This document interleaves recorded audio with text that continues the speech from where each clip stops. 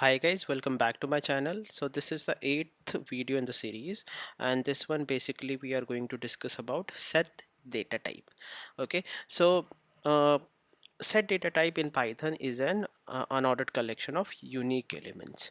Okay, so it's an unordered collection. So earlier we have seen a string, list and tuple that was ordered collection where we can get the individual element using the index. Okay, but set is bit different. Okay, there is no order in a set. Okay, and each elements are unique in a set. Okay, so uh, this is how you create a set in Python. Within the curly braces you can put your elements. Okay, so let's see what are the key characteristics of set. So first one is uniqueness. So set can contain unique elements, and if you try to add a duplicate elements to a set, then it will be ignored. Okay, and then next one is it is mutable. So sets are mutable, means you can add or remove elements from a set after it is created. Okay, and next one is again it is unordered, which means that element in a set do not have a specific order or index, unlike list or tuple.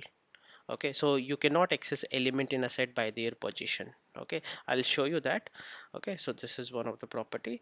Then next one is we can do set operations. Okay, so set, you might be already familiar in mathematics. We have a concept of set, so that is what uh, similar we have in Python. Okay, so set supports various operation like a union, intersection, difference and more, and these operations allow you to combine sets, find common elements or identify difference between sets effectively. Okay, so yeah, these were the few characteristics. So let's jump to a REPL and try to see set in action. Okay, so first let's see how we can create a set. Okay, so here if you see we can use a curly braces and we can put our elements inside that. Okay, so this is one way of creating set. So let me run this one. Okay, and then another way is to use a set constructor. Okay, if you see here I have used a set constructor, and we can pass the iterable inside that. It can be a string, list or tuple, anything. Okay, but here if you see I have given some duplicates element as well, like 2 and 5 I have given twice, but at the end set will consider those only once because each element in set is unique. Okay, if you see here it is created a set of unique elements. Okay, then we already discussed that set is like we cannot access any element based on index because set is unordered. So if I try to get suppose first element from this number, that is 1, then it will not allow because set does not have any order. Okay, and then again we have this length function available in Python just to check what is the length of a set. Okay, or any iterable. Okay, so in number I have 5 elements, so it will give you 5. Okay, then let's move forward and see some of the set method. Okay, so uh, so one of the method in set is add, where we can use this one to add element to a set. So if you check here, I have this set available fruits, and I want to add one more element here, then we can use this add function. Okay, and it will add a particular element that you are passing here to your set. Okay, then we have a remove method that you can use to remove a particular element from a set, and you need to pass that element within this parenthesis that you want to remove. So let's run this one. So I had banana earlier, but after using that remove function it got removed. Okay, then we have, and also in the remove method, suppose if you are giving any element that is not present in a set, then it will give you an error. Suppose if I misspell banana, okay, that is not available in my set. Okay, then it will throw an error. Okay, so to overcome this one we have a discard method. Okay, so let's uncomment this first. So let me first show you how it works. So in this fruits set I had banana earlier, I used discard one to remove that. Okay, but one of the benefit with using discard is that even if the element that you are passing is not available, suppose I misspell this again, so this is not available in my set, so in that case it will not throw an error. Okay, it will simply discard it. Okay, so that is one of the benefit of using discard method. Okay, now we have this pop method.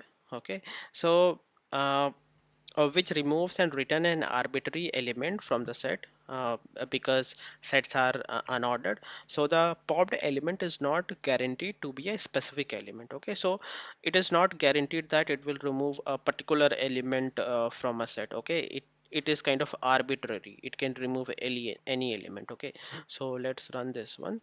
So from here it is removing orange. Okay, but that is not guaranteed every time. Okay, so there is, and even we cannot pass any parameter in the pop like any index or something. Okay, so it just remove a random element from a set. Then we have a clear method. So if you want to clear everything from every element from your set, then you can use that. So let's run this one. Okay, so if you see here, earlier my set was fruits, now after running this one clear, it is giving me empty set. Okay, so let's move forward. Before that, let me comment this one. So let's see how we can iterate over a set. Okay, so again we can use for loop in Python. Okay, I am passing, so this is my set, I am passing that in a for loop, and I am getting that individual element, and I'm printing that out. Okay, so let's run this. And yeah, so you can see this element getting printed out. Then we can see whether a element is present in a set or not, so we can use in operator. Okay, and with this if condition, we can check whether a like banana is present in fruits or not. Okay, so it will give you true since banana is present, and if I misspell this one, then it will not give any output because I have no else condition here. But yeah, let's put that else condition. Okay, so let's sorry, so let's put this one. Okay, so let's run this one. So since this is not present in a set, so it is giving to else block. Okay, so let's move forward, and let's see what all set operations we can perform with multiple sets. Okay, so we can perform union, intersection, and different set operations among two sets or multiple sets. Okay, so let's see how union work. Okay, so in union it combines two sets together and find the unique elements from both the sets. So I have two sets available here, so I'm using this union method. So set one dot union, and then another set we have to pass like this. Okay, so it will give the union of both two set, and we can use this either union function or we can use this pipe operator. Okay, so either one you can use. So if you see here, it is combining those two sets together and giving you the unique element. Since 3 is common between those, but it is considering that as a single element in the final union set. Okay, and then we have a intersection. Suppose if you want to find like what are the common elements between two sets, then we can use this intersection method, or you can use this AND operator. Okay, so among these two set I have three common. Okay, intersection means what is the common between both the sets. Okay, so it will give you that. So if you see here, since 3 is common, it is giving that as a output. Okay, then we have differences. If you want to find what is the differences, like what element is available in set 1 but not in set 2, then you can use that. Okay, so what I'm doing is set 1 dot difference method, and I'm passing set 2. So what it will check is what all element that is available in set 1 but not in set 2. Okay, so here I have 1 and 2 available in set 1, but that is not available in set 2, correct? So it will give me 1 and 2. So let's run this one. So if you see here, it is giving me 1 and 2. So either you can use this difference method, or you can use this minus operator. Okay, and suppose if I want to check like what all present in set 2 that is not available in set 1, that is 4 and 5, then we can also get that. Okay, so 4 and 5, you can see here it is available in set 2 but not in set 1. Okay, so the order is also matters here. Okay, so accordingly you can get that. So let's move forward. Let me comment this code. Okay, so let's see set comprehension. Okay, so again, it's a concise way to create a set by iterating over existing elements and applying some condition. Okay, so if you see here, this is how we can use a set comprehension. So so this is the for loop inside this curly braces. Okay, so what I'm doing is I'm using a range function. So range, what it gives you a set of numbers from starting to till the end. Okay, and the end is exclusive one. Okay, so it will give me numbers starting from 1 till 5. Okay, and simply I'm just taking those element one by one from this range function, and I am putting that inside a set. Okay, so let's run this first. Okay, so if you see here, it is creating a set. Okay, so it is a very concise way to create a set with this particular syntax. Then we can apply some conditions as well within this set comprehensions. So suppose if you want to check whether that element that you are iterating over is divisible by 2 or not, then you can apply that condition like this. Okay, and so what basically I'm doing here is I am getting like numbers one by one from this range function. I'm checking if that is divisible by 2 or not. If that is divisible by 2, then I'm squaring that off. Okay, and putting that inside a set. So let's run this one. Okay, so you can see that whatever the even number we are getting from this range, I am checking if that is divisible by 2 or not, and I'm squaring that out and creating that set. Okay, then we can put else condition as well. Okay, so you can see the syntax like how we put if and else, so that you can follow in your program. Okay, so syntax should also be correct, otherwise you will get an error. Okay, so if you see here, I am iterating over this range, and I'm checking if that is divisible by 2 or not. If that is, then I am putting that uh, that element in that set, and if that is not divisible by 2 in the else case, I am negating that. Okay, I'm putting minus uh, uh, for that particular element. So let's run this one. So if you see here, if that is even, that I am taking directly, and if it is odd, I am negating that. Okay, or I'm making that as a negative number. Okay, so let's move forward and see some of the more set operations. Okay, so let's see how to check whether a set is subset of another set or not. Okay, so subset means to check if all the elements of one set, let me uncomment this one first. So what it checks is whether all the elements from one set is are present in another set or not. Okay, so if you see here in this set 1, I have 1 2 3, and it is already available in this bigger set. Okay, because it has some more elements 4 and 5. Okay, so in order to check that, we can use this is subset method. Okay, or we can use this operator. Okay, less than equal to. Okay, so let's run this first. Okay, so since this set 1, all the elements from set 1 is available in set 2, so that is why it is giving true.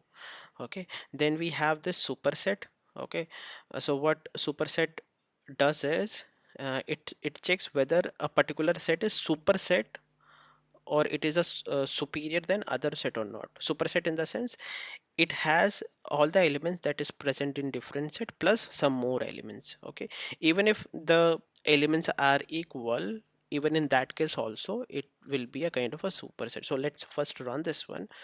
So you can see it is giving true, and you can use either is superset method, or you can use this notation greater than equal to. Okay, and suppose if I'm removing this 4 and 5, now these two sets are equal. In that case also, that will be considered as a superset. Okay, so it is giving true.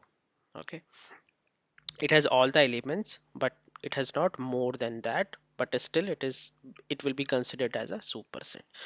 Okay, then we have this disjoint method. Okay, so what is checks whether two sets have no any common elements. Okay, so let me uncomment this one. So here, if you see here in this set 1 and set 2, I do not have any common elements, correct? Here I have 1 2 3, and here I have 4 5 and 6. Okay, so these two are disjoint. So if I run this one, so it will give you true. Okay, because there is no common elements. So let's move forward. So far we have seen that set is mutable, correct? We can add elements to the set also, but there is a frozen set also that we can create in Python. So we can use this frozen set method, and we can pass the iterable. Okay, and it will create a frozen set. Okay, so let's create this one first. Okay, so set, as we already have seen that we can add elements to the set. Okay, once it is created. Okay, but frozen set is the one where it's a immutable. We cannot any new elements to the frozen set. Okay, so if I try to add any new element to this one, then it will throw an error, because this add method is not available in the frozen set.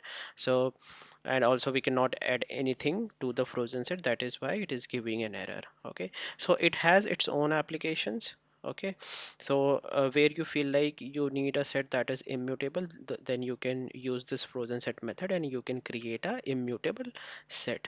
Okay, but we can perform some other operations with this frozen set, like you can perform the union, intersection, and differences on this frozen set with other set. Okay, then let's see how we can convert a list or tuple to a set. So it is pretty straightforward. So if you have a list, you can use this set constructor that we have seen initially to convert that into a set. Okay, similar like if you have any tuple, you can use this set constructor to convert that into a set. So let's run this one. Let me comment this one. So okay, so if you see here, it is converting these two in a set. Okay, and also if you see here, we had common some like duplicates elements, but it is only taking the unique one in the final set. And set is also commonly used when you want to like remove the duplicates from a iterable. Suppose in this list we have the duplicates element. Okay, so what we can do, we can use this set constructor. So after using this set constructor, like it will convert that into a set, and there will not be any duplicate elements, and then we can convert that back to a list. Okay, so that is how easily we can remove a duplicate from any iterable. Okay, so that is all I wanted to cover in this video, guys. I hope you have got an idea how to use set effectively in Python, and practice these things, and let me know if you have any doubt. Do like and share this video with your friends and colleagues, and let me know if you have any doubt in the comment section. Thank you.